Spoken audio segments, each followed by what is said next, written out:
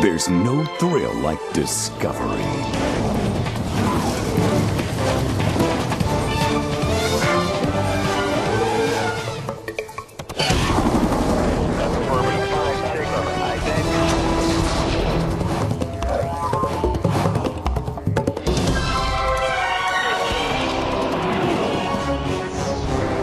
The Discovery Channel.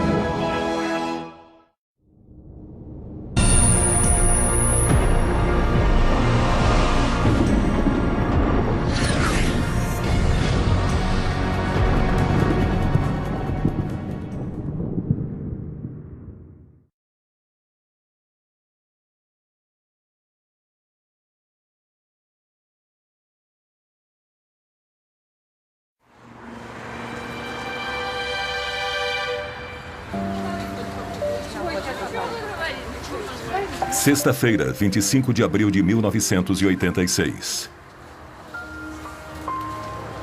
Um belo dia de primavera para os 43 mil habitantes de Pripyat, na Ucrânia. Um dia que ficará gravado na memória deles para sempre.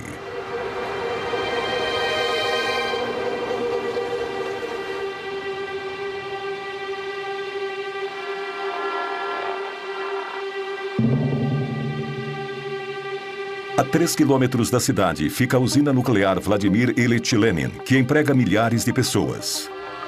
Nesta noite, os 176 funcionários do Bloco 4 têm ordens de realizar um teste no sistema de alimentação automática de combustível do reator, que tem como objetivo economizar energia. À 1h23 da madrugada, os sistemas de segurança estão desativados e o teste começa. Uma série de explosões acontece dentro do reator. Enquanto Pripyat dorme tranquilamente, o chão da usina começa a tremer.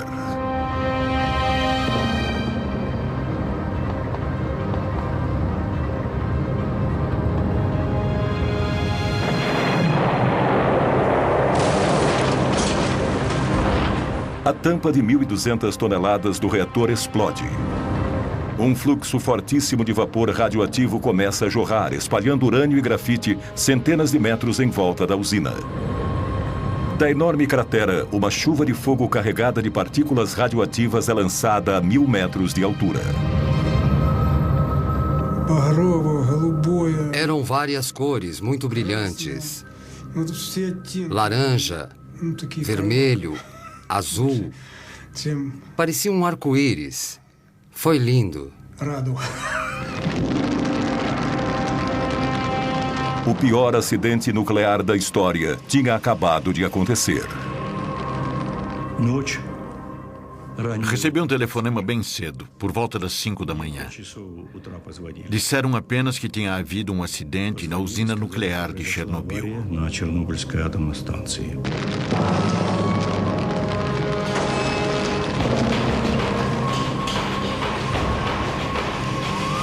Os primeiros bombeiros a chegarem ao local não tinham o equipamento de proteção adequado. Eles despejaram milhares de litros de água sobre aquele estranho incêndio que nada parecia capaz de extinguir. Todos foram expostos a doses letais de radiação.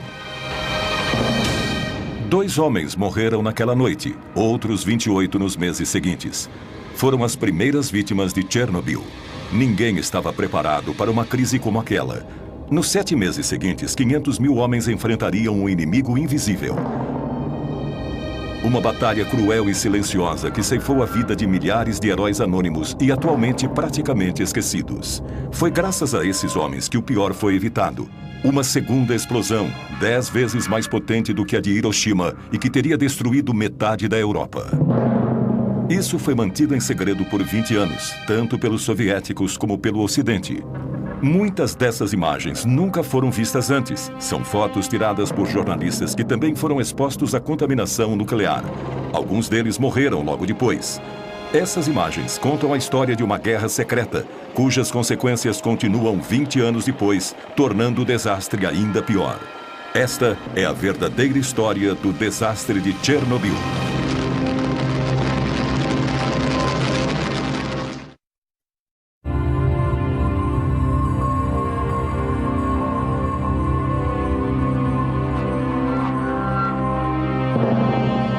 Nas primeiras horas da manhã, as nuvens já tinham sido contaminadas pela coluna radioativa com mais de 1000 metros de altura.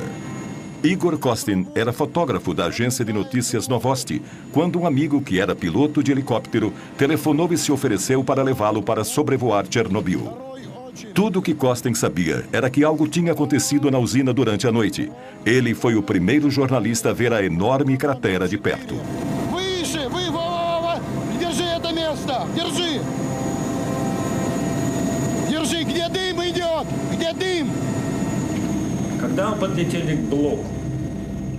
Nós nos aproximamos do bloco 4 e começamos a sobrevoá-lo. Não tínhamos ideia do risco que estávamos correndo. Quando sobrevoamos o bloco, eu abri a janela do helicóptero. Eu não percebi que estava cometendo um grande erro. A fumaça fina e transparente que ele via subindo das ruínas era pura radiação. Kostin foi um dos poucos repórteres que esteve em Chernobyl e conseguiu sobreviver à radiação. Quando abri a janela, não ouvi nenhum ruído. Estávamos bem acima das ruínas do reator. Eu sentia como se estivesse flutuando no espaço, como se estivesse num túmulo. O silêncio era mortal. Eu não ouvia nada, nem mesmo o helicóptero. Nada. Era um buraco negro. O silêncio era sepulcral.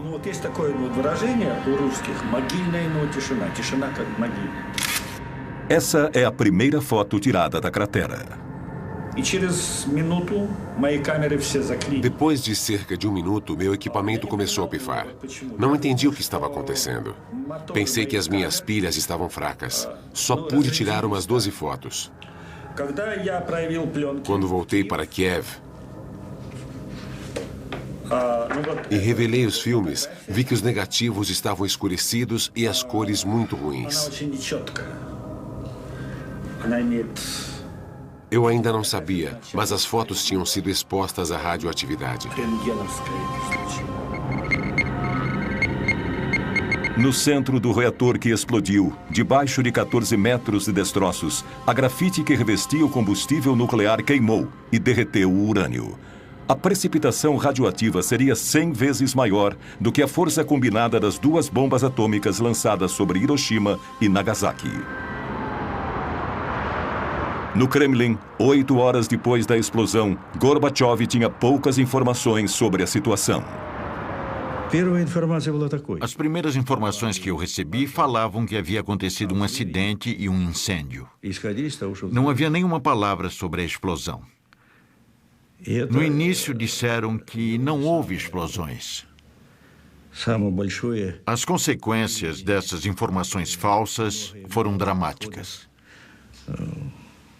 К решению этой проблемы возникшей.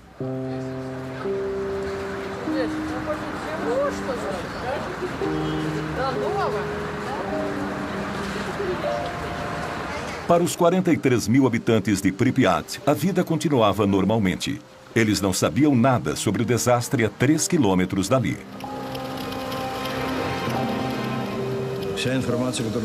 As informações que tínhamos era de que tudo estava em ordem, inclusive o reator. Quando questionei o acadêmico Alexandre, ele me disse que o reator estava em segurança absoluta, que poderia ser montado na Praça Vermelha. Parecia simples como acender uma vela, como ferver água na Praça Vermelha.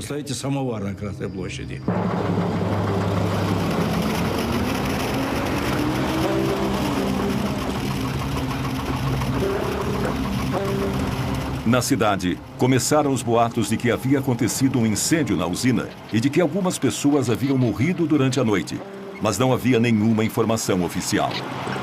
Os raios brancos nessas imagens são resultado da radioatividade no filme. As pessoas nas ruas olhavam para os soldados mascarados espalhados pela cidade sem entender. O coronel Gremeniuk comandou as tropas responsáveis por manter a situação sob controle. As pessoas sentiam um gosto estranho na boca, um gosto diferente, metálico, um gosto meio ácido. Dizem que a radiação não tem gosto. Só mais tarde é que percebemos que era o gosto do iodo radioativo.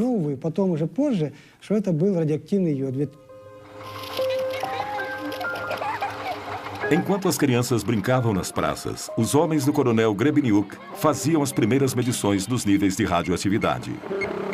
Naquele tempo, a radioatividade era medida em unidades chamadas Rontgens. O nível normal de radiação na atmosfera é de cerca de 12 milionésimos de 1 Rontgen.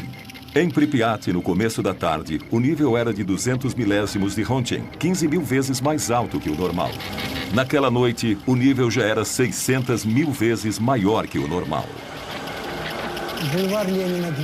Boulevard Lenin, 200. Boulevard Rukavina, 250 milirontgens. E naquela noite, 7 rontgens. Os meus subordinados já estavam começando a achar que as máquinas não estavam funcionando direito. Ou que estavam mentindo para eles. Não sabíamos que o reator ainda estava queimando e que a radiação continuava a se espalhar. Este mapa foi selado com plástico, porque ainda é radioativo.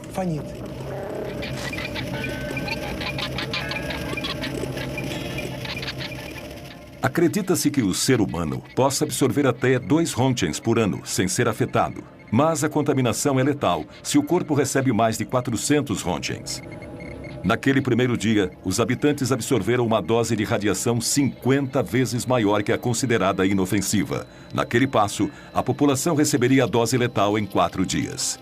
Para entender a situação, o coronel enviou uma patrulha para fazer medições na área externa da usina.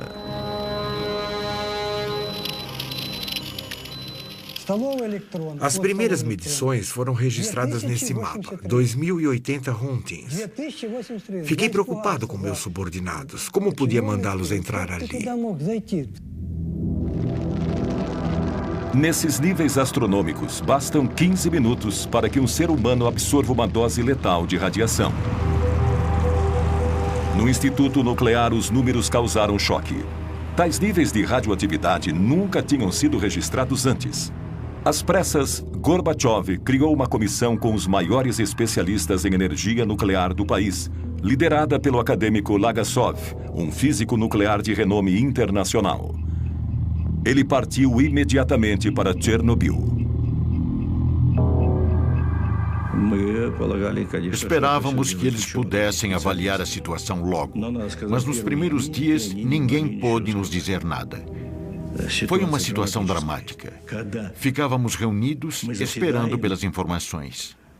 Exigimos alguma informação, mas eles não podiam dizer nada.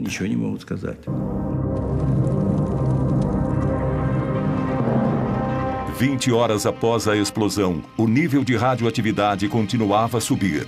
Naquela altura, as portas e janelas já deveriam estar seladas e a população deveria estar tomando pílulas de iodo para combater os efeitos da radioatividade, mas nada disso tinha sido feito. Apesar da tensão crescente na cidade, a população ainda não tinha sido informada da situação.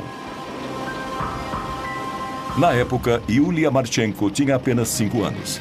Ela morava em Pripyat com a família. O pai dela trabalhava na usina. Meus pais me levaram para a escola como sempre. Tudo estava absolutamente normal. Meu pai já sabia que tinha havido um acidente, mas nenhuma precaução tinha sido tomada ainda. 30 horas após a explosão, as primeiras medidas de segurança começaram a ser tomadas. Mais de 1000 ônibus chegaram. Às 2 da tarde, o exército anunciou que todos os moradores iriam ser retirados da cidade.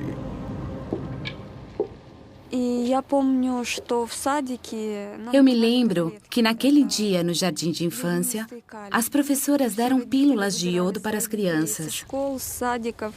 Lembro que os pais foram buscar seus filhos. Todo mundo estava apressado, correndo de um lado para o outro, mas não havia pânico.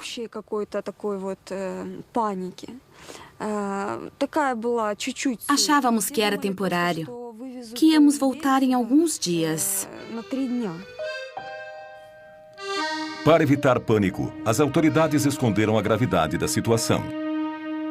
Os moradores tinham um prazo de 2 horas para pegar suas coisas e aguardar na porta de suas casas. Mandaram todo mundo entrar nos ônibus. Lembro perfeitamente bem de ter que escolher os brinquedos que ia levar. Eu tinha muitas bonecas e queria levar todas, mas não podia. Não podíamos nem levar roupas mais pesadas.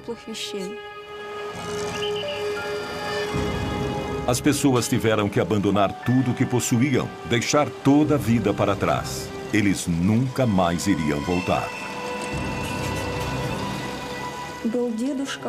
Um idoso não quis ir nos ônibus. Ficou para trás.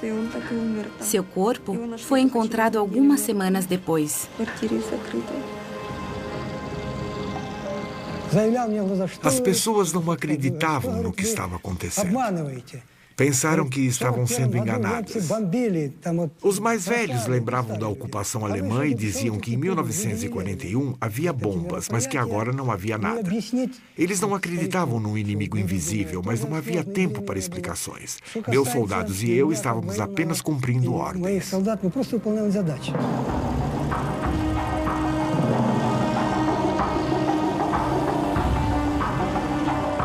Em 3 horas e meia, 43 mil pessoas foram retiradas contra sua vontade, mas sem tumulto.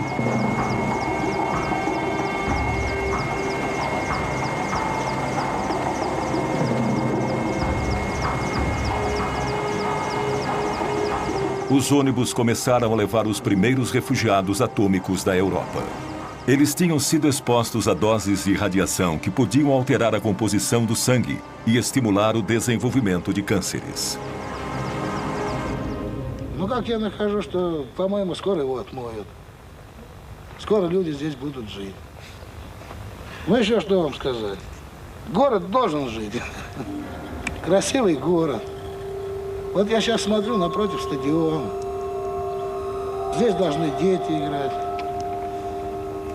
Ну, без риска, по-моему, нигде нельзя.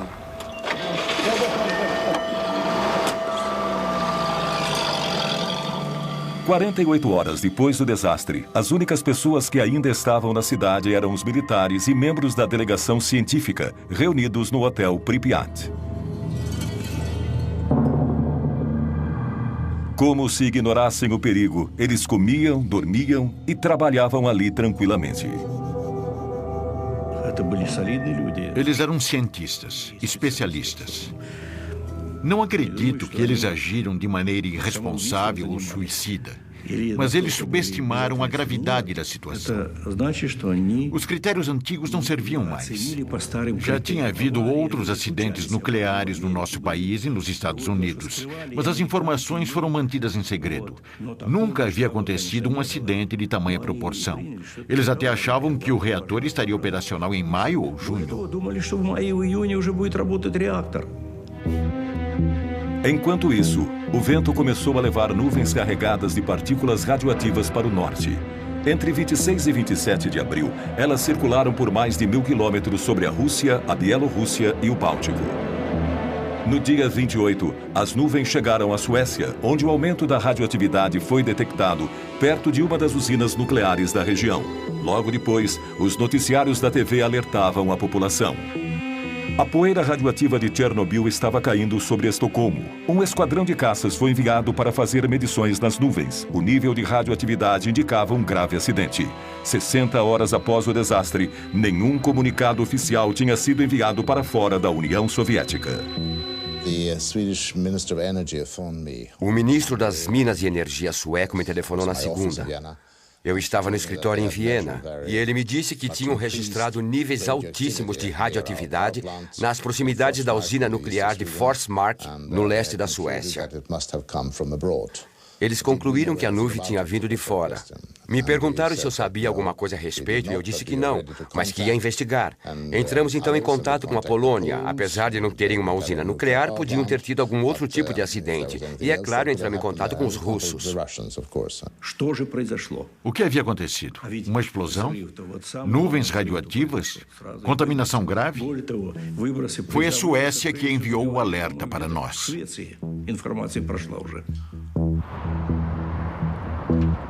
3 dias depois do acidente, enquanto Gorbachev ainda estava tentando reunir dados, os satélites espiões americanos e europeus se voltaram para a União Soviética e descobriram as ruínas da usina ucraniana. A fumaça que saía da enorme cratera aparecia claramente nas imagens.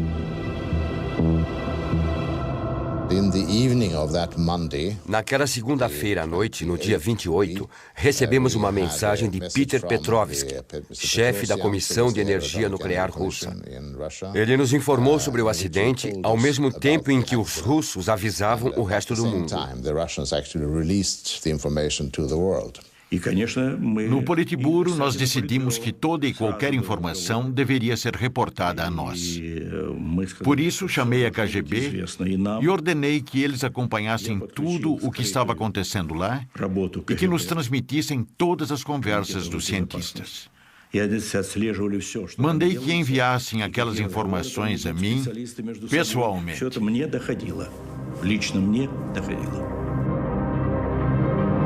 Foram necessárias 48 horas para que se tivesse informações precisas sobre o desastre. Foram 2 dias inteiros, durante os quais os 43 mil habitantes de Pripyat ficaram expostos à contaminação. E o problema continuava.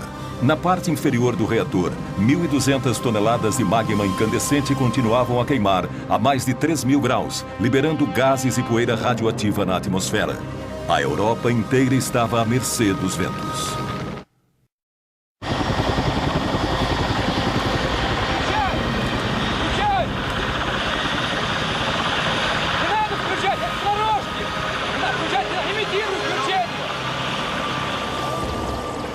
No terceiro dia da crise, Moscou enviou o general Antotkin e 80 helicópteros para combater e acabar com o incêndio.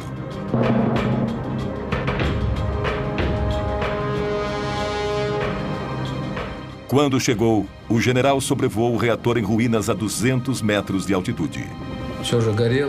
Por causa do incêndio, a temperatura estava entre 120 e 180 graus, mesmo àquela altitude. O nosso dosímetro, que é um instrumento que mede a radiação, ia só até 500 rotings. A agulha enlouqueceu, quase pulou do painel. Acho que havia pelo menos 1000 rotings a 200 metros.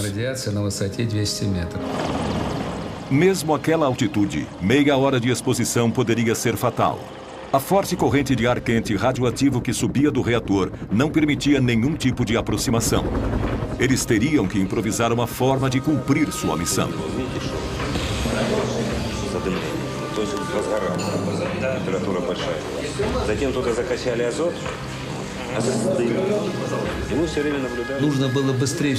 Algo tinha que ser feito o mais rápido possível. Tínhamos que apagar o incêndio e selar o reator para podermos nos aproximar e fazer outros trabalhos, além de impedir que a poeira radioativa se espalhasse ainda mais, coisa que o vento já estava fazendo. Tínhamos que agir rapidamente. Era o começo de uma operação gigantesca. Pilotos foram requisitados às pressas e abandonaram o fronte no Afeganistão. Os soldados tinham que jogar sacos de areia de 80 quilos sobre o fogo, usando apenas as mãos. Eles esperavam abafar o incêndio, enchendo o reator com toneladas de areia e ácido bórico, que ajuda a neutralizar a radiação. No primeiro dia foram 110 sobrevoos, no dia seguinte 300. O nível de radiação sobre o reator estava acima de 3.500 rontgens, quase 9 vezes mais alto que o nível letal. Alguns pilotos fizeram 33 voos num só dia. Cada vez que sobrevoavam, eles recebiam 5 ou 6 rontgens. Se fossem devagar, a taxa era ainda maior. Após jogarem 6, 7, 8 sacos, ficavam encharcados de suor por causa do calor. Depois de algumas missões, meus soldados iam se lavar e comer, mas logo começavam a vomitar.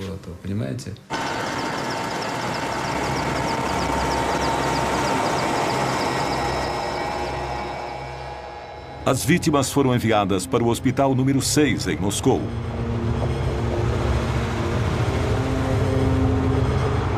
Era o único hospital no país especializado no tratamento de doenças e problemas causados pela exposição à radiação.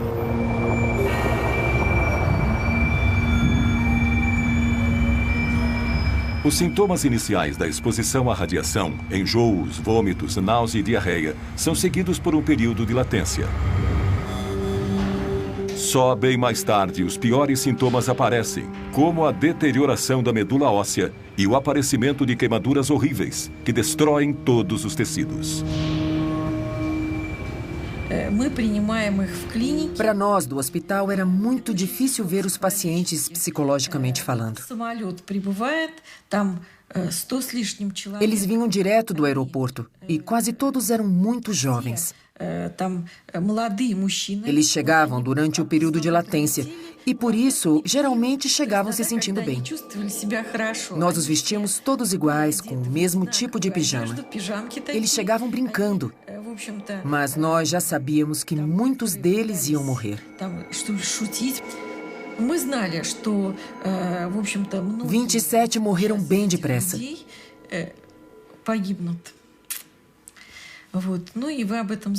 Todos tinham recebido doses cavalares de radiação. Estavam todos em péssimo estado. Era muito triste. E todos eles tinham queimaduras terríveis pelo corpo, alguns pelo corpo todo.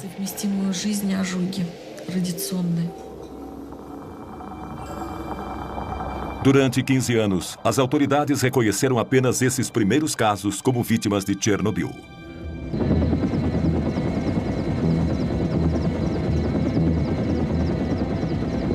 A 30 quilômetros a leste da usina, a floresta foi completamente queimada pelo deslocamento de ar radioativo causado pela explosão.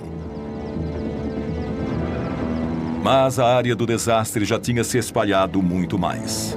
Desde a explosão, as partículas radioativas levadas pelas nuvens começaram a cair como a chuva. Muitas regiões em várias partes da Ucrânia, Bielorrússia e Rússia foram contaminadas. No dia 1º de maio, o vento mudou e também contaminou algumas áreas em Kiev, como mostra um mapa desenhado a partir das leituras feitas pelos homens do coronel Grebeniuk. As áreas mais contaminadas aparecem em vermelho, cercadas pelas áreas onde o nível de radiação era normal. Mas a população ainda não havia sido avisada. Houve apenas um relato, um minúsculo artigo de rodapé na página 3 do Pravda, que minimizava a gravidade do acidente e dizia que o perigo já tinha passado.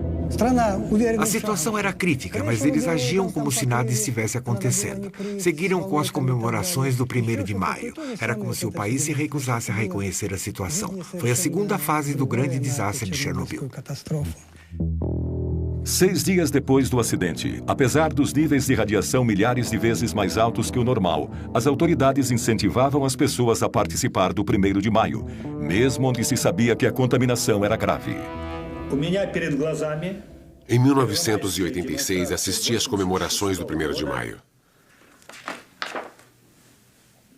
Eu estava lá, testemunhei. Era a Parada dos Mortos.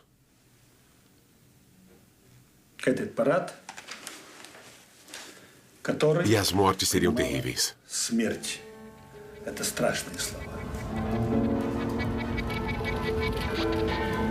Estranhamente, todos os registros do 1º de maio de 1986 desapareceram do Arquivo Nacional da Ucrânia. Só restaram as fotos de Igor Kostin.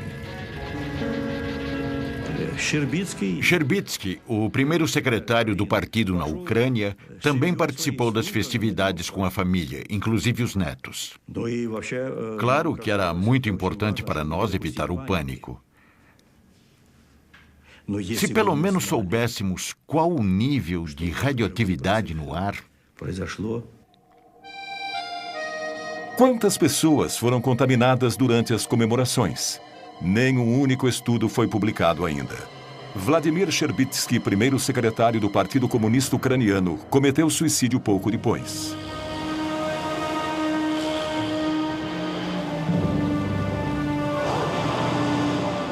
Uma semana após a explosão, o êxodo continuava.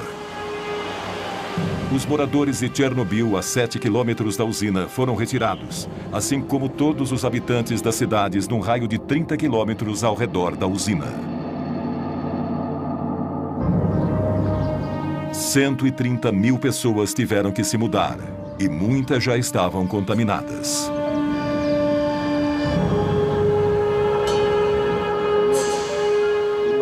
Uma área de 300 mil hectares na Ucrânia e Bielorrússia foi abruptamente evacuada e isolada do resto do mundo.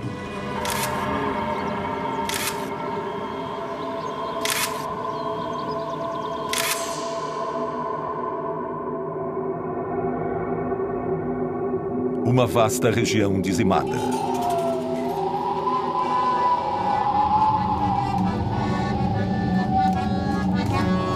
Toda uma cultura arrancada de sua terra natal. Em poucos dias, um mundo inteiro foi destruído por um inimigo invisível.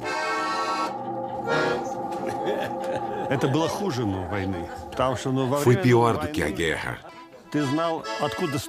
Porque você não via o inimigo. Na guerra, você vê os canhões, as metralhadoras, os tanques. Aqui não se via nada. A radiação estava por toda parte. Ela atravessava as pessoas.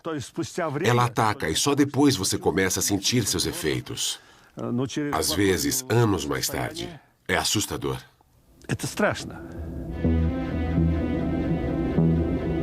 Enquanto isso, a nuvem radioativa continuava avançando sobre a Europa, passando sobre a Bavária e o norte da Itália. A chuva levou o Césio 137 e o iodo 131 para o sul da França e a Córcega. Plantações e pastos foram contaminados. Enquanto as autoridades francesas negavam a presença da nuvem, ela alcançou a Grã-Bretanha e se espalhou até a Grécia. Em Chernobyl, o nível de radioatividade continuava a aumentar. 6.000 toneladas de areia e ácido bórico cobriram a cratera. Mas no subsolo, a gigantesca massa de magma incandescente continuava ardendo. 10 dias depois do desastre, Gorbachev convidou pessoalmente Hans Blix, o diretor da poderosa Agência Internacional de Energia Nuclear, para visitar o local. Foi o primeiro especialista e o primeiro ocidental a visitar Chernobyl.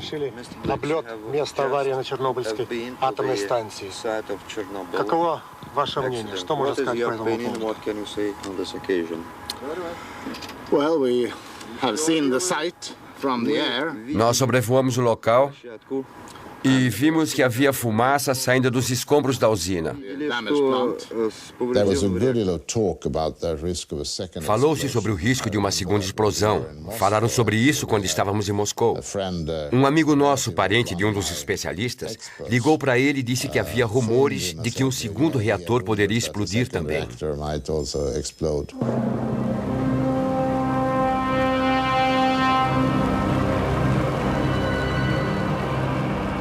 Na parte inferior do reator, 195 toneladas de combustível nuclear ainda estavam queimando, gerando um calor inacreditável que aos poucos foi derretendo a areia da superfície. As rachaduras logo começaram a aparecer. Depois que tapamos o buraco, a temperatura lá dentro começou a subir. Ficamos com medo porque podia haver outra explosão. Foi assustador. Os cientistas vieram para fazer a leitura e ficaram preocupadíssimos. Tinham medo de que a temperatura alcançasse um nível crítico, o que provocaria uma segunda explosão. Teria sido uma tragédia sem precedentes. A laje de concreto debaixo do núcleo do reator estava esquentando e corria o risco de se partir. O magma podia começar a vazar. A água que os bombeiros jogaram logo depois do desastre estava empoçada embaixo da laje. Se o magma entrasse em contato com a água, isso causaria uma segunda explosão, ainda mais devastadora do que a primeira. Os maiores especialistas do país foram chamados para ajudar. Vassili Nesterenko era um deles. Na época, ele trabalhava com mísseis intercontinentais soviéticos.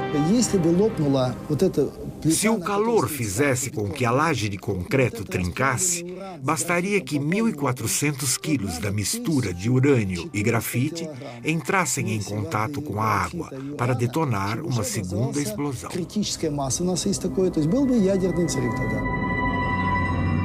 Essa explosão seria comparável à de uma bomba atômica gigantesca.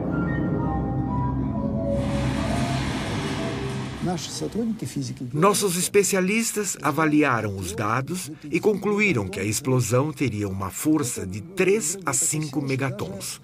Minsk, a 320 quilômetros de Chernobyl, desapareceria do mapa e a Europa ficaria inabitável. Precisávamos parar o processo. Se ele continuasse, teria sido uma catástrofe nuclear. Teria sido um desastre sem precedentes.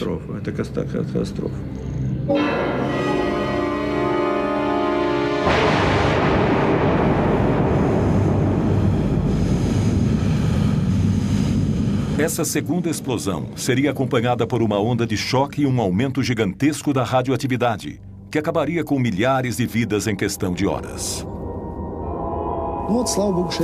Ainda bem que não aconteceu. Já havia trens com mais de 1.000 vagões em Minsk, Gormel e Kiev, prontos para levar a população. A situação era crítica.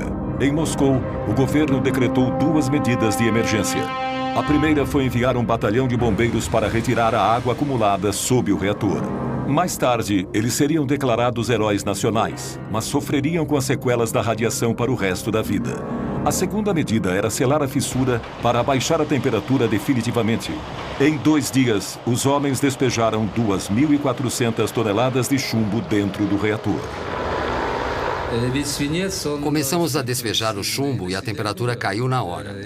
Ele foi bem absorvido e selou a fenda conforme ia derretendo e, com isso, a radiação diminuiu. Só que parte desse chumbo derreteu em contato com o fogo, evaporou e ficou na atmosfera.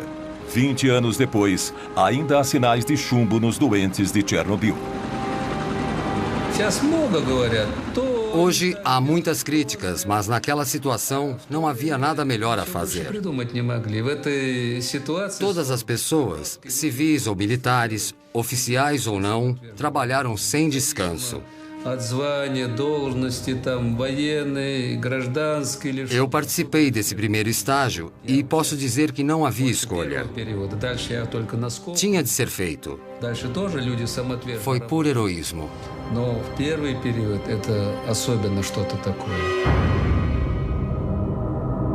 Durante a operação, 600 pilotos foram contaminados.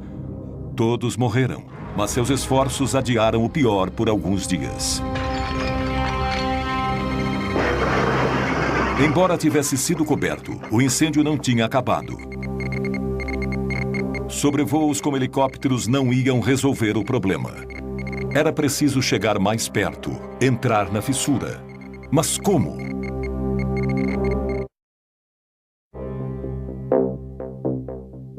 Diante da ameaça de uma segunda explosão, as medidas de emergência continuaram. A planta da usina revelou que era possível chegar à zona ativa através dos túneis de cabos e canos feitos de concreto. Uma delegação de técnicos do Instituto Khrushchev se aventurou no labirinto. Era uma tarefa difícil, já que parte dos túneis tinha sido destruída pela explosão. Com o maçarico, eles abriram um buraco no quarto reator e inseriram detectores de radioatividade, termômetros e câmeras.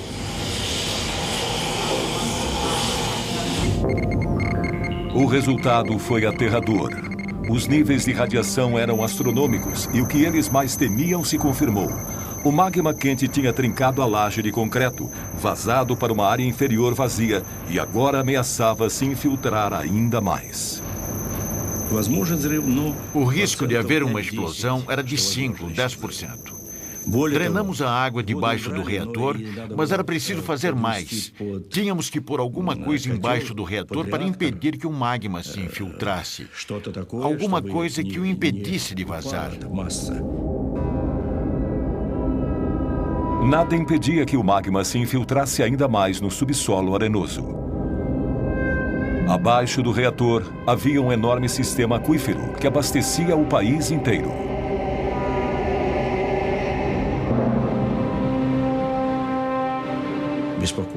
O que mais nos preocupava era que todo aquele magma podia fazer tudo ruir de uma vez e chegar ao lençol subterrâneo, o que contaminaria os rios Triper, Nietva e Kiev e o Mar Negro.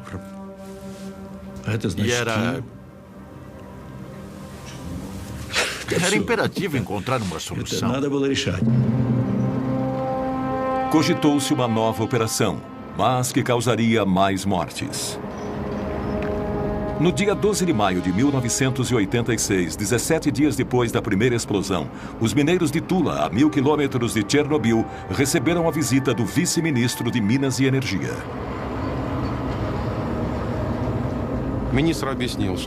O ministro falou sobre o acidente em Chernobyl. Disse que precisava de mineiros da nossa região de Moscou e nos deu 24 horas para reunirmos os nossos pertences. No dia seguinte, um ônibus nos pegou numa praça e nos levou para o aeroporto de Moscou. No dia 13 de maio, nossos camaradas já estavam trabalhando em Chernobyl.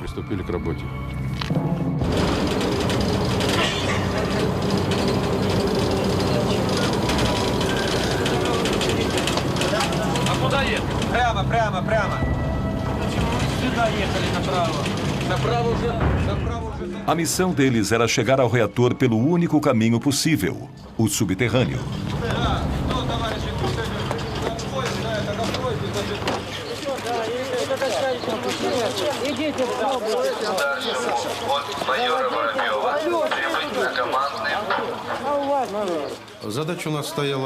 Nossa missão era uma só. Cavar um túnel de 150 metros a partir do terceiro reator até a avaria embaixo do quarto reator. Depois, tínhamos que construir embaixo do quarto reator um túnel de 30 metros de comprimento por 30 metros de largura para depois instalar o dispositivo para resfriá-lo. Para limitar a exposição à radiação, os mineiros fizeram um buraco de 12 metros antes de começar a cavar na direção do reator. Ali, eles fizeram uma câmara de 2 metros de altura por 30 de largura, onde foi montado um sistema de refrigeração com nitrogênio líquido.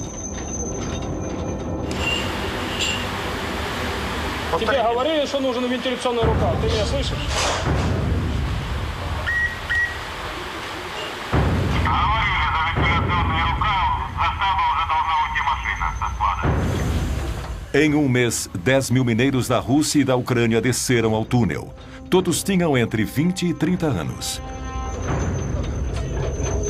Lá dentro não havia ventilação e por isso a temperatura chegava a 50 graus. A radioatividade era de no mínimo 1 Rontgen por hora. Trabalhamos sem nenhum equipamento de proteção. Não dava para usar máscaras porque o filtro ficava úmido em questão de minutos. Todo mundo trabalhava sem nada, até sem camisa. Bebíamos água direto das garrafas abertas, o que era péssimo porque estávamos ingerindo partículas radioativas junto com a água. Um dos nossos camaradas engoliu um grão de areia altamente radioativo e morreu. Como a gente ia saber o que cada um inalava ou ingeria? O mais difícil era a falta de oxigênio. E o calor insuportável. Era absurdamente quente.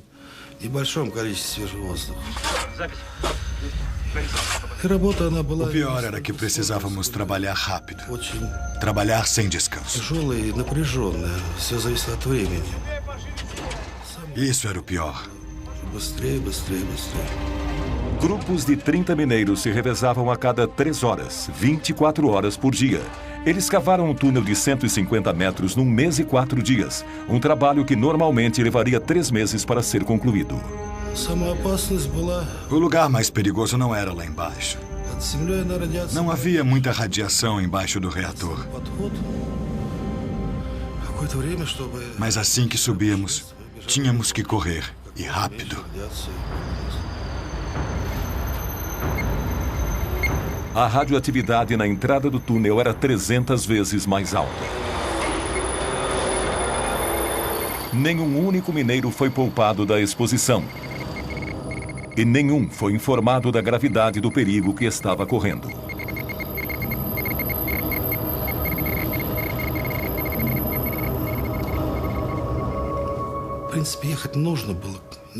Alguém precisava fazer aquilo.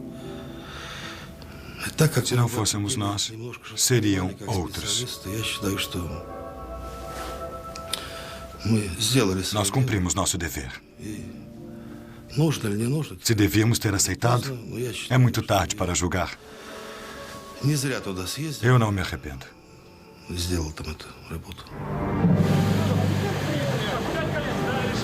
Os mineiros cumpriram a missão, mas o sistema de refrigeração nunca chegou a ser montado. A câmara subterrânea foi preenchida com concreto para solidificar a estrutura. Segundo dados oficiais, cada mineiro recebeu de 30 a 60 rontgens. Mas os sobreviventes afirmam que receberam até 5 vezes mais. Estima-se que 1/4 desses homens morreu antes dos 40 anos de idade. 2.500 vidas se perderam, mas não constam de nenhuma estatística oficial. Enquanto os mineiros ainda cavavam debaixo do reator, Hans Blix e as autoridades soviéticas organizavam uma entrevista coletiva em Moscou. Let me say that on behalf of the IAEA, em nome da AIEA, quero dizer que lamentamos profundamente este acidente trágico, a perda de tantas vidas e o prejuízo causado. Fizemos um acordo com as autoridades soviéticas que irão a Viena para analisar as consequências do acidente. Perante 500 jornalistas do mundo todo, Blix anunciou uma conferência internacional em Viena, onde os soviéticos forneceriam todas as informações sobre o desastre.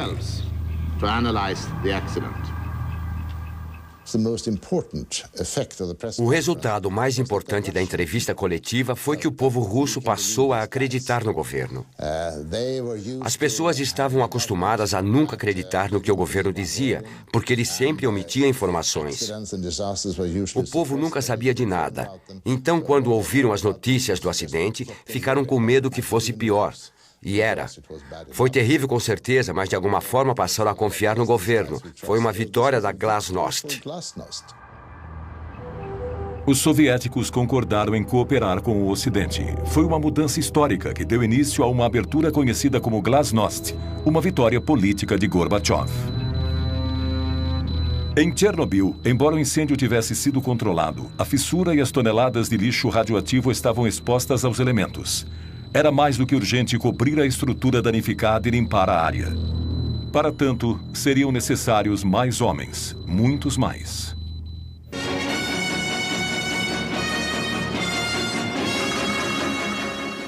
Добрый вечер, товарищи. 18 dias após o desastre, Gorbachev falou ao povo soviético. Авария на Чернобыльской атомной электростанции. Она больно затронула советских людей, взволновала международную общественность. Мы впервые реально столкнулись с такой грозной силой, какой является ядерная энергия, вышедшая из-под контроля. Вся работа, по сути, ведется круглосуточно. Задействованы научные, технические, экономические возможности всей страны.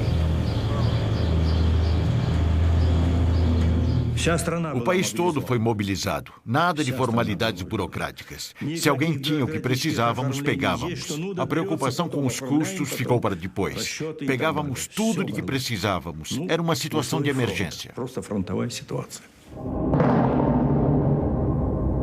O general Nikolai Tarakhanov, comandou as tropas terrestres.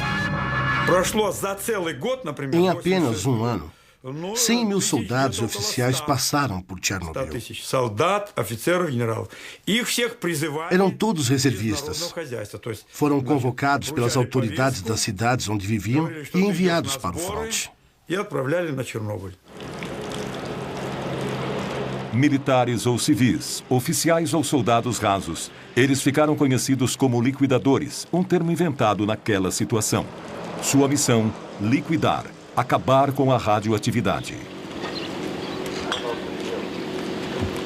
Сначала ходишь первые дни, прячешься, одеваешь маску, а потом уже забываешь, даже на производстве уже забываешь одевать ее. Уже как дома, чувствуешь себя действительно, привыкаешь здорово. Все улыбаются, все довольны. Водку не продают. Вообще в Москве такой слух был, что на Чернобыль приезжает, водителям каждый день дают 150 грамм этого. Я с женой разговаривал, 150, и да. рассказываю, говорю, в столовую заходишь 150, выходишь 150. Она, ты хоть закусывай там. Самое интересное, тут просто нет. Шагу не ступи. Igor Kostin era um dos 5 repórteres autorizados pelo Kremlin a fazer a cobertura, fato inédito num país onde tudo era mantido em segredo. 3 dos seus colegas já haviam morrido. Não havia títulos, nada de ministros, generais ou soldados. Ninguém dizia, eu sou general, faço o que eu mando. Todo mundo estava fazendo o melhor que podia. E foi assim que começou a operação batizada de liquidação do acidente de Chernobyl. 100 mil soldados, além de 400 mil civis, operários, engenheiros, enfermeiras, médicos e cientistas de cada república soviética passaram por Chernobyl. A União Soviética estava travando sua última e maior batalha. 500 mil pessoas. Havia mais homens em Chernobyl do que os que lutaram contra Napoleão. Só que o nosso exército tinha sido contaminado.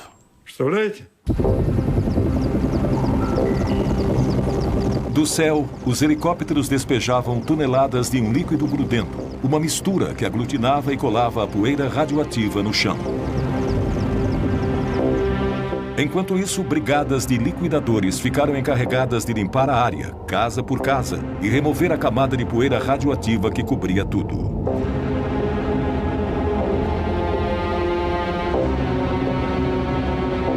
Создавались специальные бригады охотников. Havia esquadrões especiais de caçadores. Eles usavam rifles e patrulhavam o interior e as florestas, matando cães e gatos.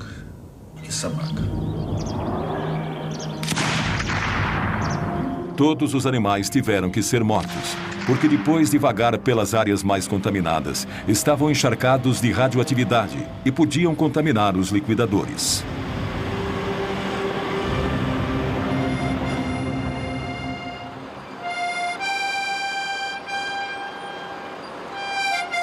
As últimas vilas onde ainda havia habitantes foram evacuadas. As casas foram demolidas uma a uma e enterradas. À noite, os caminhões, as máquinas e os homens estavam cobertos de poeira radioativa.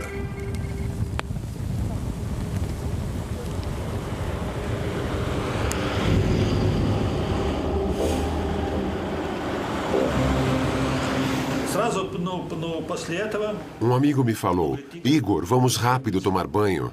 E lá fomos nós. Nos esfregamos um ao outro durante uma meia hora, com uma bucha grossa e um sabão bem forte, bem concentrado. Nos lavamos bem, a cabeça, o corpo inteiro, várias vezes, até cansar. Depois disso, colocamos roupas limpas e fomos comer. E comemos muito bem. Isso era necessário num trabalho como aquele.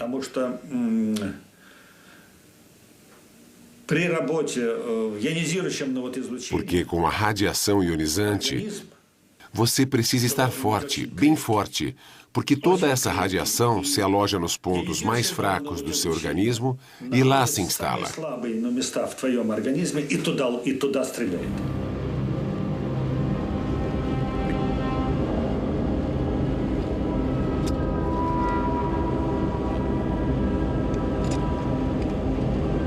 Em volta da usina, teve início uma operação colossal, que funcionava 7 dias por semana, sem um minuto de descanso. 300 mil metros cúbicos de solo contaminado foram retirados, levados para valas enormes e cobertos com concreto.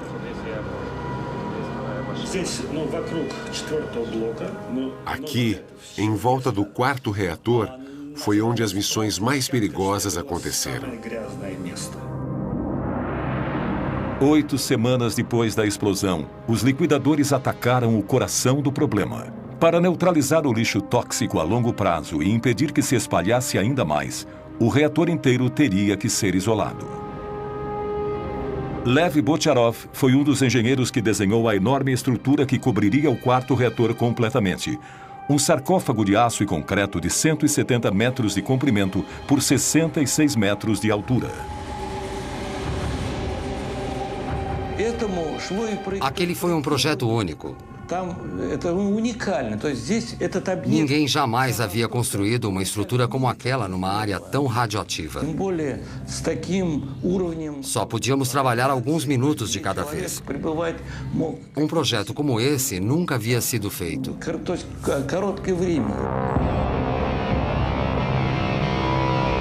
Era um desafio gigantesco. Como construir uma estrutura colossal num lugar onde as pessoas só podiam trabalhar alguns minutos, às vezes segundos, de cada vez? Uma situação como aquela exigiria maior capacidade de improvisação dos liquidadores e colocaria mais vidas em risco.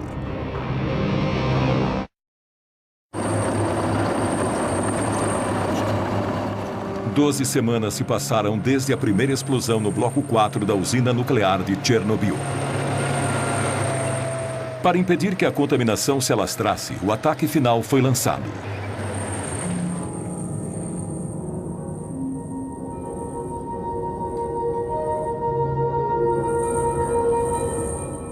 A radioatividade naquele setor era tão alta que só máquinas controladas à distância podiam trabalhar ali. Só que alguém tinha que levar essas máquinas até o local. Os trabalhadores só podiam ficar ali alguns minutos. Caso contrário, receberiam uma dose letal de radiação. Cada segundo aumentava o risco de vida. Esse era um dos veículos blindados. Parece primitivo, mas nós mesmos tivemos que construir. Tivemos que forrar inteiramente as cabines com chumbo para proteger os soldados da radiação da melhor maneira possível. Да, тоже помогало.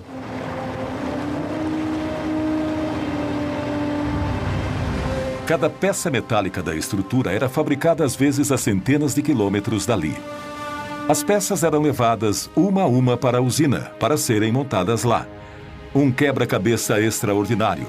Vigas de 150 toneladas com 70 metros de comprimento, escoras de 45 metros de altura. Esse é o Demac 4000. Olha o tamanho desse guindaste. Não podíamos trabalhar ali muito tempo, então não podíamos nos dar ao luxo de errar. Um mínimo erro de cálculo e teria sido impossível montar tudo.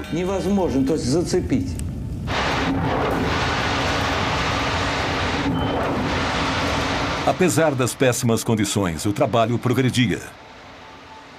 100 mil metros cúbicos de cimento foram utilizados na estrutura. Mas a descoberta de um novo problema suspendeu o trabalho. O teto da usina estava coberto por pedaços de grafite contaminados.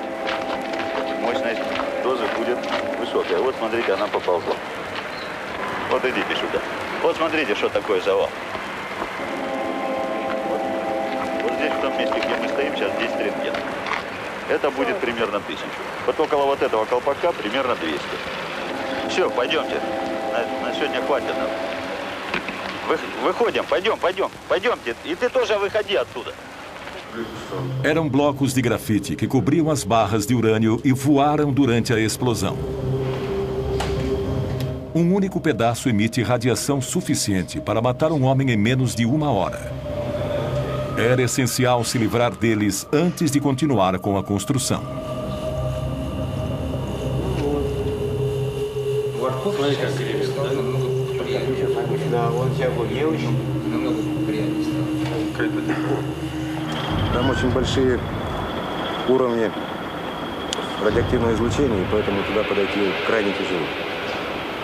Ну и зачем туда пускать людей, когда может техника сработать? A solução foi levar robôs até o telhado para jogar os destroços radioativos lá de cima. 60 metros abaixo, outros robôs juntavam os detritos e os enterravam em valas.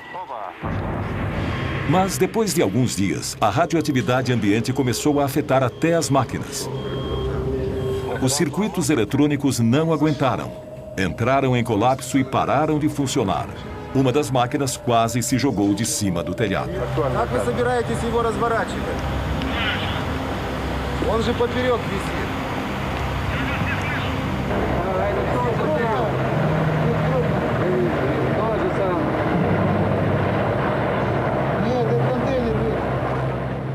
O uso de robôs teve que ser descartado. Eles teriam que ser substituídos por homens. E, naquela época, os soldados russos começaram a ser chamados de biorobôs. Um batalhão de jovens se preparava para subir no telhado do terceiro reator pela primeira vez. Todos tinham entre 20 e 30 anos de idade. Eram todos reservistas, convocados para a batalha mais perigosa e mortal em Chernobyl. Nenhum ser humano jamais tinha trabalhado em áreas com uma radioatividade tão alta. O general Nikolai Tarakanov comandou a operação e supervisionou pessoalmente os mínimos detalhes, como as proteções de chumbo que os soldados foram forçados a fazer à mão na véspera da operação. Os flancos, as costas, as botas. Eles estavam cobertos de chumbo da cabeça aos pés. Tinham chumbo no capacete, na máscara de proteção contra os raios beta. Tinha um chumbo no avental especial e na luva com dupla camada protetora. O uniforme completo pesava entre 26 e 30 quilos.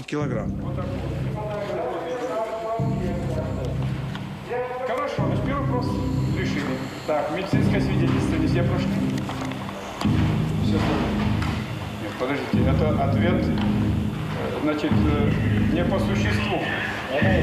Анализ крови, правильно? Значит, я сегодня, товарищи, говорю, мы проводили 2 дня назад эксперимент с научным центром. Офицеры ходили туда вместе со мной. Понятно? Значит, страшного, конечно, ничего там нет. Это ясно. Сегодня состоялось решение и правительственное. Они тоже идут туда же? И многие так, ну некоторые не стремились. É claro que havia pessoas que não queriam ir, mas não tinham escolha. Eram reservistas, tinham que ir. А вот лично мое мнение было, надо было ехать и отдать свой долг.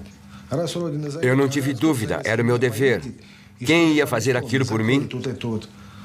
Аварию моими руками, моей работой, чтобы он... Quem ia limpar os destroços do desastre e impedir a radioatividade de se espalhar pelo mundo? Alguém tinha que fazer aquilo. Надо было кому-то делать. Foram 2 semanas e meia no inferno. Um inferno que podia durar 2 ou 3 minutos para cada soldado, às vezes só 40 segundos se o nível estava muito alto. Calculávamos o tempo de exposição de cada soldado cuidadosamente para salvar o máximo de vidas possível.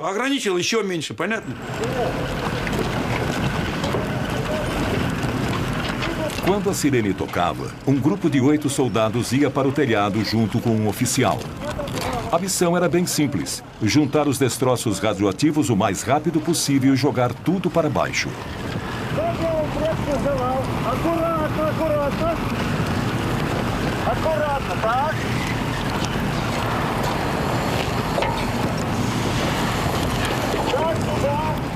Segundo os cálculos do general Tarakanov, o nível de radioatividade era de 7.000 Roentgens por hora, o que permitia aos biorobôs apenas 45 segundos de exposição, o suficiente para remover apenas 2 pás de resíduos.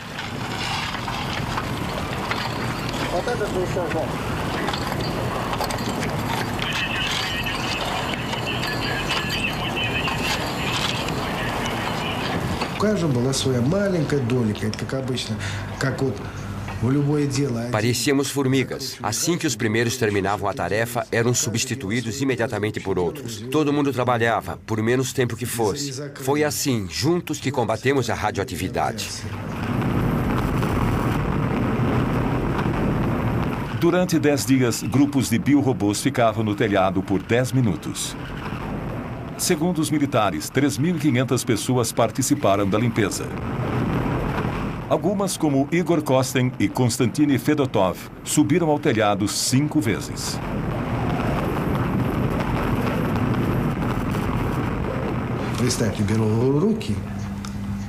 Chegamos a pegar destroços com 1.500 Rontgens.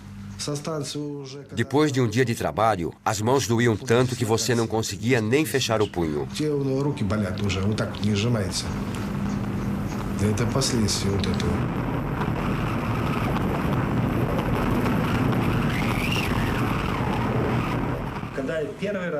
Na primeira vez que eu subi ao telhado,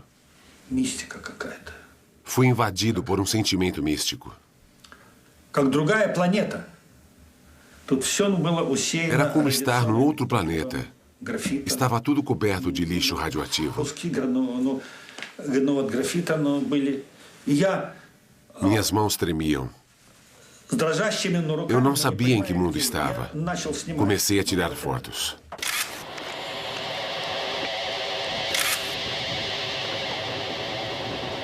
Dá para ver traços de radiação no filme.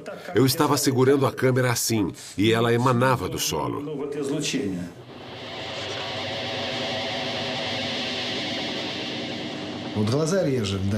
Os olhos começavam a arder e você ficava com um gosto metálico na boca. Quando você sentia essas duas coisas, sabia que tinha recebido uma dose alta demais. Eu não conseguia sentir os dentes. A minha boca estava com gosto de chumbo.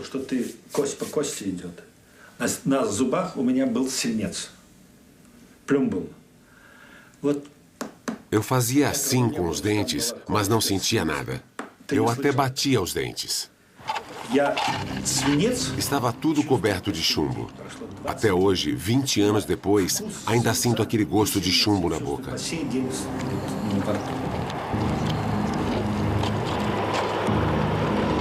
Depois, milhares de pessoas descobririam que aquele gosto estranho era o indício do ataque de um inimigo invisível.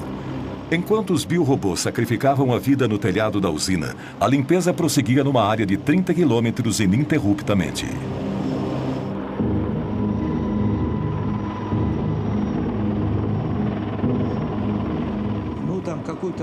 O trabalho que normalmente um homem levaria 1 hora para fazer, aqui em Chernobyl, era feito por 60 pessoas.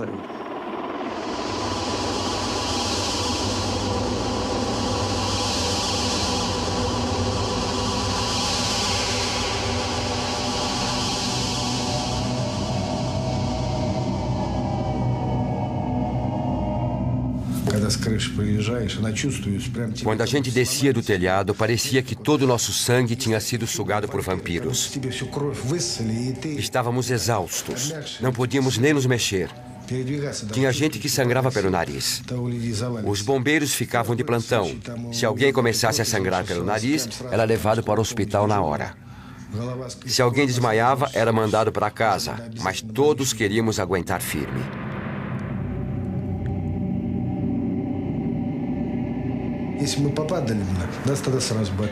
Na época, éramos jovens e fortes. Ficamos doentes. Perdemos tudo. Книжечки 20,5. Na minha ficha consta que recebi 20,5 Roentgens. O que isso significa? Na verdade, a dose que recebi foi muito maior que essa.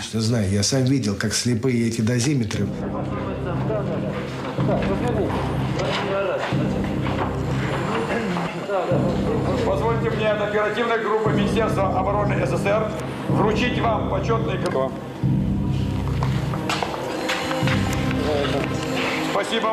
Como recompensa, cada soldado recebeu um certificado de liquidador e uma gratificação de 100 rublos, o equivalente hoje a cerca de 100 dólares americanos.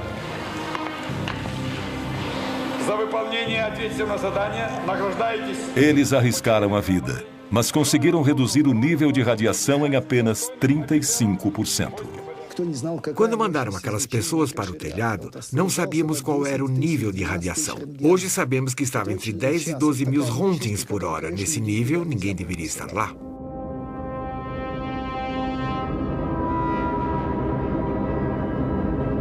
Sete meses após a explosão, a área tinha sido limpa e o sarcófago construído. 500 mil pessoas, entre civis e militares, participaram da operação. Eu disse à comissão que, por terem enfrentado níveis de radiação absurdos, limpado toda a grafite e realizado tarefas tão heróicas, os nossos soldados mereciam algum ato simbólico, como hastear a nossa bandeira.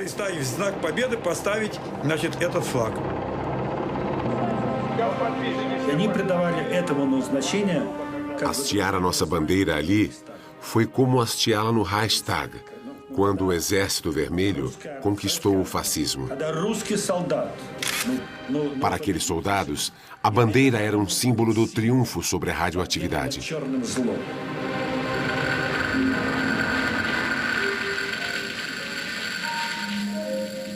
Cada grupo de liquidadores comemorou o fim da operação à sua maneira. Bocharov e seus homens gravaram seus nomes na tampa de metal que ia selar o sarcófago.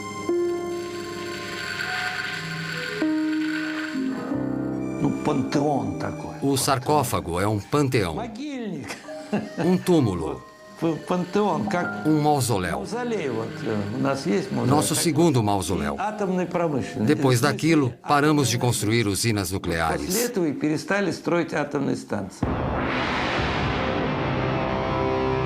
Foi uma vitória amarga. O país nunca se recuperaria.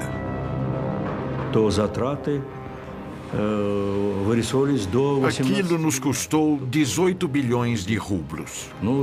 Cada rublo na época valia $1. 18 bilhões. É muita coisa se considerarmos que logo depois o preço do petróleo entrou em colapso.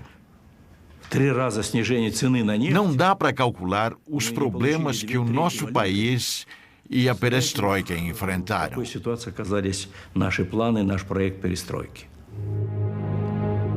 A primeira nevasca começou a cair sobre Chernobyl. Para as autoridades, era uma prova de que o sarcófago estava lacrado, pelo menos pelos próximos 30 anos, segundo a previsão. Os liquidadores voltaram para casa. Os reatores 1, 2 e 3 foram reativados. A primeira batalha de Chernobyl terminou anunciando o fim da União das Repúblicas Socialistas Soviéticas. E para muitos, marcou o início de uma guerra que, 20 anos depois, ainda não acabou. 20 anos depois, Pripyat ainda é uma cidade fantasma.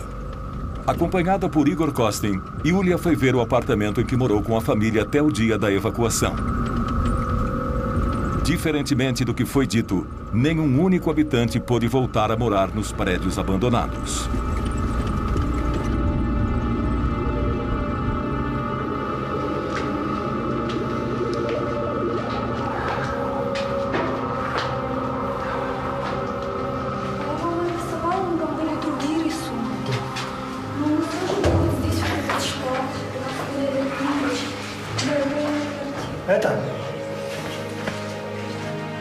Потрогайся в стену, раз ты пришла к себе домой.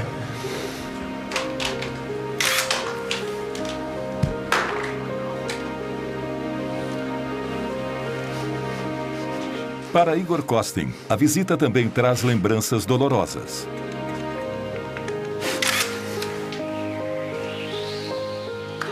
Ele foi exposto à radiação durante os 7 meses em que cobriu a operação. Desde então, tem que ficar hospitalizado mais de 2 meses todos os anos. Новую энергию в завтрашний день. Родина, как никто, больше дает энергию человеку. Это твоя родина, твоя земля сейчас так впитала все мощное, что только мы не можем быть отсюда.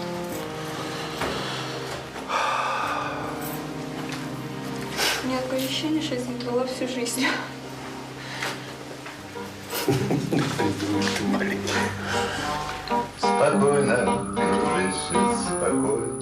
Para centenas de milhares de refugiados, bem como para centenas de milhares de veteranos da Batalha de Chernobyl, a luta contra o inimigo invisível ainda não terminou.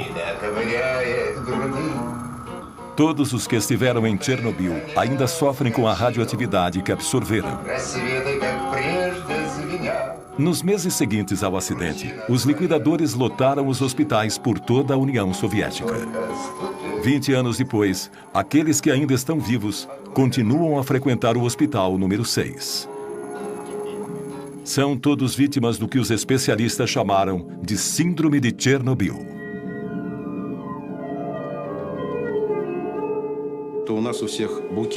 Os sintomas são muitos: coração, estômago, fígado, rins, sistema nervoso. Nosso corpo todo sofreu com as mudanças radicais no metabolismo causadas pela radiação e exposição química. Quando os liquidadores voltaram para casa, estavam exaustos, incapazes de voltar a uma vida normal.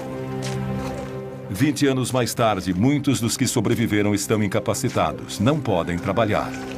Parece que as autoridades esqueceram suas dificuldades e diminuíram o valor das pensões. Os veteranos da guerra do Afeganistão ainda estão vivos, enquanto nós morremos aos poucos. Escrevi um poema sobre isso. Estou cheio de tristeza, nostalgia e angústia. É como uma bala na têmpora que nada pode deter. E a mãe reza em segredo para que Deus poupe a vida do seu filho. Esses homens não tinham nem 30 anos quando foram convocados para lutar contra o átomo. Hoje nem completaram 50 anos, mas têm as limitações de pessoas mais velhas. Segundo o exército, dos 500 mil liquidadores de Chernobyl, 20 mil já morreram. 200 mil estão oficialmente incapacitados. Você não sabe quanto tempo vai viver ou que doença vai acabar matando você. Não sabe quais os efeitos que isso terá nos seus filhos, se é que vai poder ter filhos. Só o que sabemos é que esse inimigo invisível está nos devorando por dentro, como um verme. Para nós, a guerra continua e aos poucos estamos deixando este mundo. Apesar de tudo isso, depois de 2 décadas, apenas 59 mortes foram oficialmente atribuídas ao acidente de Chernobyl. Nenhum único estudo foi feito com os 130 mil refugiados da região. Nenhum único dado estatístico levantado sobre o estado dos 500 mil liquidadores. Nenhum número sobre a população que continua a morar perto de Chernobyl e das áreas contaminadas. Essas pessoas nunca souberam o nível de radiação que receberam. 6-0, да? Це вже підвищується. Вчора була 5 і 7, а сьогодні вже 6-0. Степені однаково може бути. Да? Плюс-мінус. Плюс-мінус. Це не таке страшне. Слухайте, до скількох страшне? До скількох? Ну, кажіть правду. До скількох страшне? До скількох? До 20. Uma representante do Soviete Supremo descobriu que as reais consequências do acidente foram encobertas quando a União Soviética se dissolveu em 1991.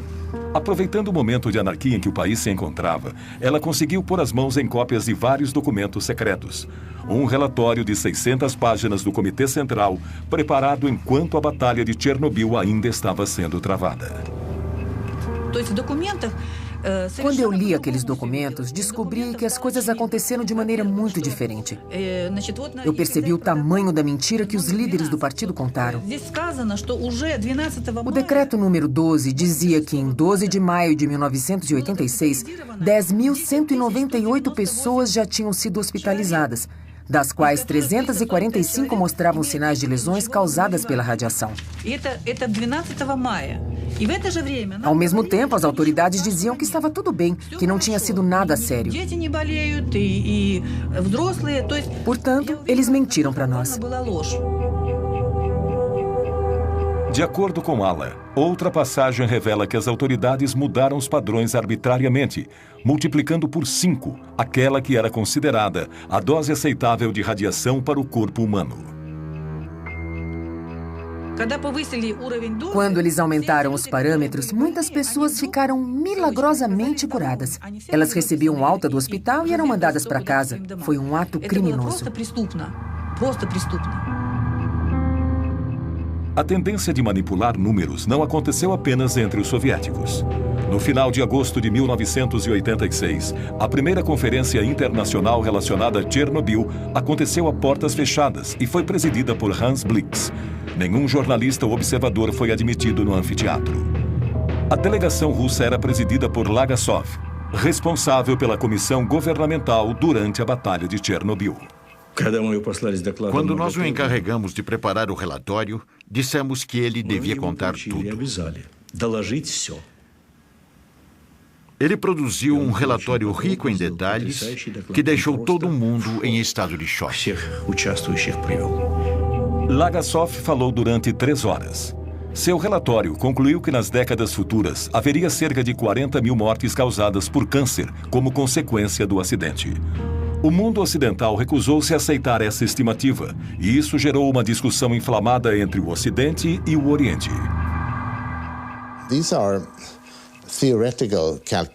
São cálculos teóricos baseados no modelo de Hiroshima.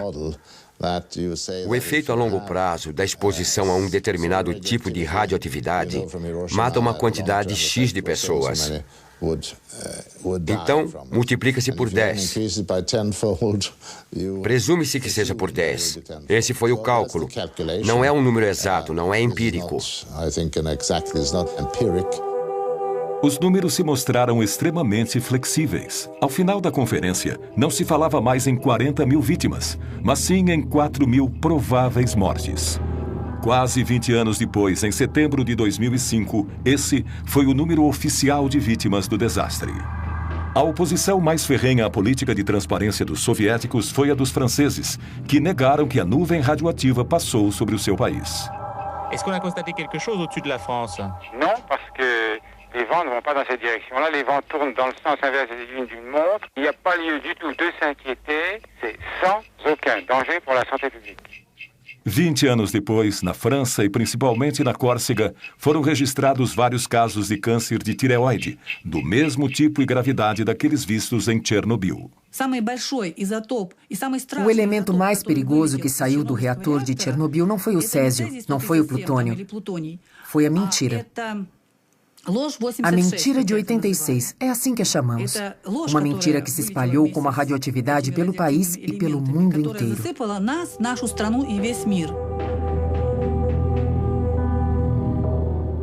Em 27 de abril de 1988, no segundo aniversário do desastre, Lagasov, que tinha trabalhado tanto para revelar a verdade, decidiu pôr fim à sua vida.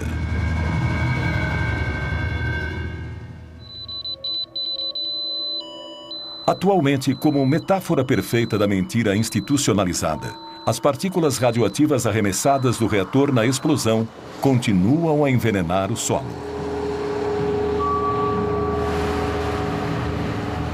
Vinte anos após o acidente, a região de Chernobyl continua inabitável.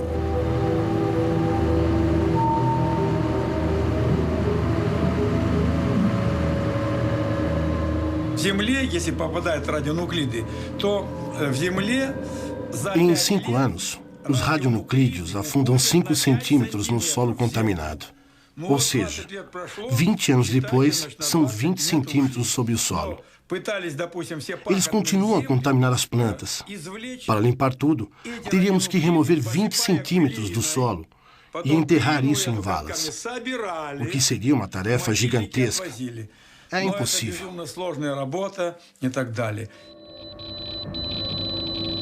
Atualmente, 8 milhões de pessoas vivem em áreas contaminadas na Ucrânia, Rússia e principalmente na Bielorrússia.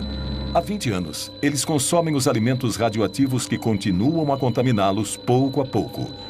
Esse problema, levantado em 1986 pela delegação soviética na Conferência de Viena, foi simplesmente ignorado. Ainda assim, 1.152 crianças foram tratadas de câncer de tireoide entre 1986 e 2002 num centro especializado em Minsk. Quantos outros casos existiriam em outras cidades? Nenhuma estatística mundial foi trazida a público. O médico Yuri Bandazevski estuda as doenças nas populações de áreas contaminadas desde que o desastre ocorreu. Quando suas conclusões foram publicadas em 1996, foram condenadas imediatamente. Preso e oficialmente condenado por corrupção, ele passou os 5 anos seguintes na prisão. Em novembro de 2005, ele ainda estava sob prisão domiciliar. Vejam o que acontece quando a mãe é contaminada com césio durante a gravidez. Numa única família, olhem quantas deformidades. Sem cabeça, ausência de olhos, crânios deformados. Esses são embriões de hamsters alimentados com grama contaminada da região de Gormel. Resultado, ninhadas inteiras de animais deformados. Eu fiquei horrorizado com o número de embriões deformados desenvolvidos em animais alimentados com comida contaminada por césio. Eu obtive um número horrível de deformidades em 2 semanas. Geralmente, quando você encontra um monstro, você pode descrevê-lo. Vocês devem conhecer o Museu Constacameira, de Pedro Grande, em São Petersburgo. Bem, na verdade, eu mesmo poderia criar quantos monstros eu quisesse.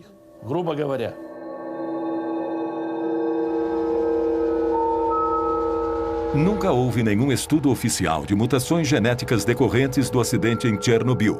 Apesar disso e dos mais de 1.000 abortos espontâneos que ocorreram após o desastre, centenas de crianças sofrem com os efeitos da radiação. As deformidades que vemos nessas crianças são parecidas com as que vimos nos hamsters de Bandazevski. Na Bielorrússia, 300 mil crianças atualmente sofrem as consequências da contaminação. A IGCO, Cruz Verde Internacional, fundada por Gorbachev depois que ele deixou o governo em 1991, abriu centros de tratamento e apoio às vítimas de Chernobyl. Eles também organizam acampamentos terapêuticos com o objetivo de ensinar as novas gerações das áreas contaminadas a conviver com a radioatividade, como aqui, medindo o nível de contaminação do alimento.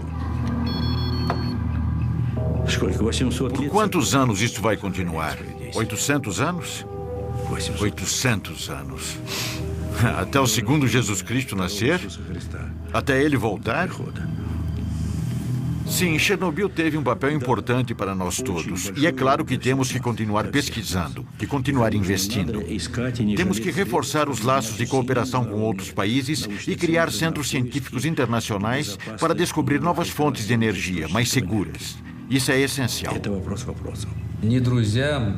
Eu não desejo que ninguém, seja amigo ou inimigo, passe por uma tragédia como essa.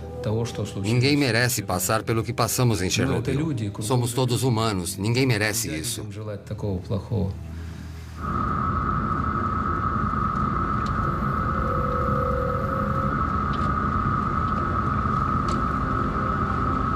Bem no meio da região, a 10 quilômetros da usina nuclear e escondida na floresta, está Chernobyl 2. Há 20 anos, ninguém podia se aproximar desse enorme radar militar. O olho secreto de Moscou à procura de mísseis americanos. O fato de ter sido desativado após a explosão condiz com o que o acidente de Chernobyl parecia prenunciar. O uso de armas é uma coisa terrível. Usar armas nucleares é muito pior. Chernobyl foi um acidente com um único reator, um acidente limitado, cujas consequências ainda enfrentamos. Houve 2 bombas, Hiroshima e Nagasaki. As consequências dessas bombas também são sentidas até hoje.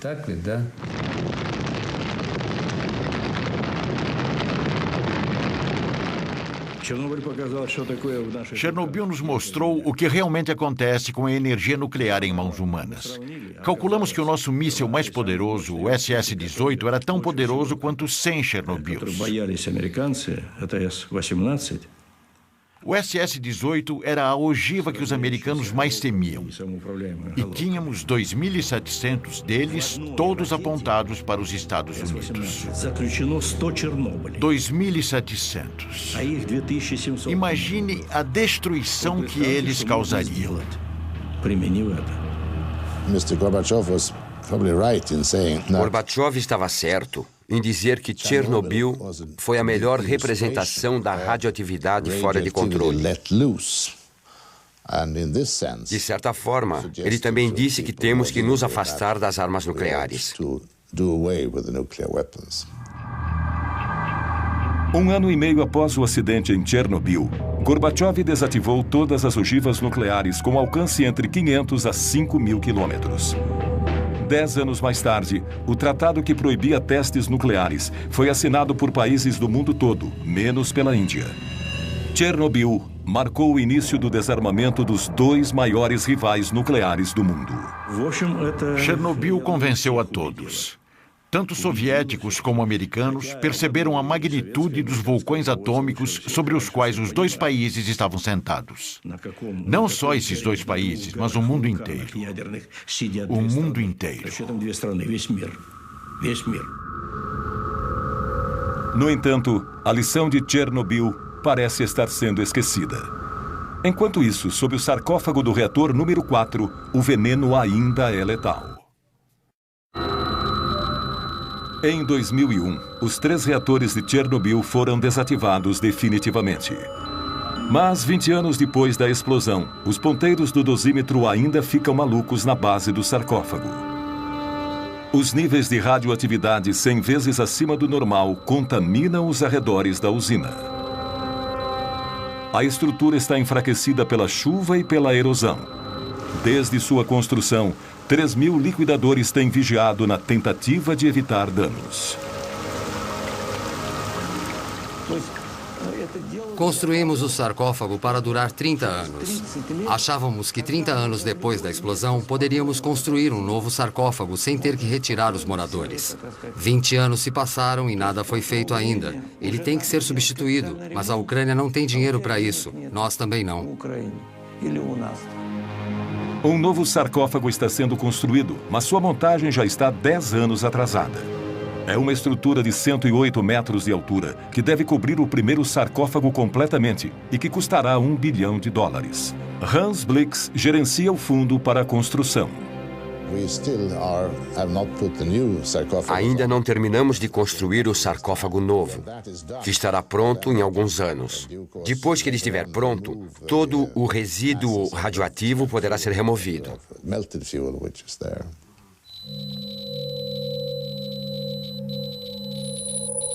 O magma frio que está dentro do reator, a 14 metros de profundidade, ainda é uma ameaça terrível. E assim continuará por muito tempo.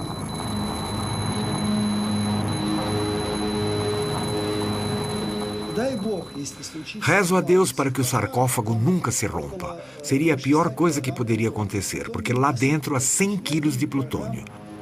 1 micrograma é letal para o ser humano, ou seja, há plutônio suficiente ali para contaminar 100 milhões de pessoas.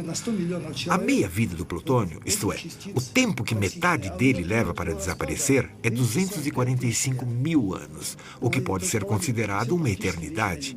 Há certas áreas onde jamais haverá vida novamente. Apesar desse aviso terrível, o desarmamento nuclear que começou com Chernobyl está sendo questionado nos dias de hoje. Se o desenvolvimento nuclear para uso civil promete trazer soluções para problemas como combustíveis fósseis e aquecimento global, esse cenário nos lembra que essa é uma opção com sérias consequências, que requer o maior cuidado e informações exatas sobre os riscos que apresenta. Chernobyl também nos lembra que se temos que conviver com a radioatividade e os perigos inevitáveis que ela traz, precisamos poupar as gerações futuras dos riscos de um apocalipse nuclear.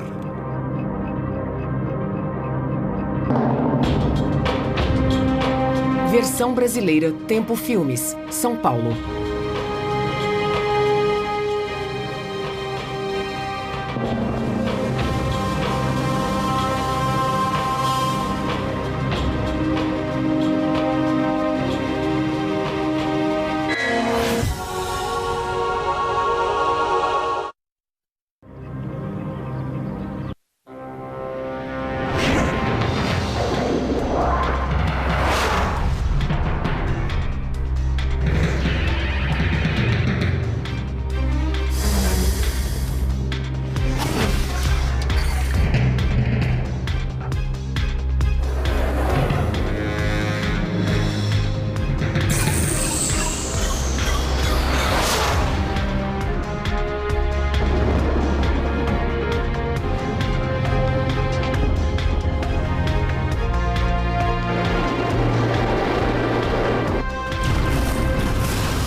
Viagem ao centro da Terra.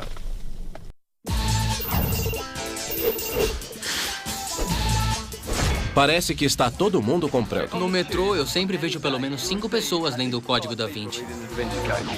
É o assunto do momento. É uma aventura. Eu vi as provas pessoalmente. Tem gente que não sabe da Última Ceia. Eu fico surpresa. Nossa, você não sabia? Parece que os pontos de vista divergem. Ele misturou verdade e ficção. A gente não sabe onde acaba uma e começa a outra. Eu acho que tudo que ele escreveu é verdade. A gente quer acreditar. Eu não acredito.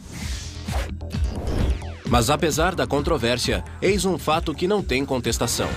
Nesta era moderna, com tantos meios eletrônicos de entretenimento, o Código da Vinci, um fenômeno de vendas escrito por Dan Brown, conseguiu o inimaginável. Pessoas do mundo inteiro realmente pararam para ler o livro. Quem iria imaginar que isso poderia acontecer?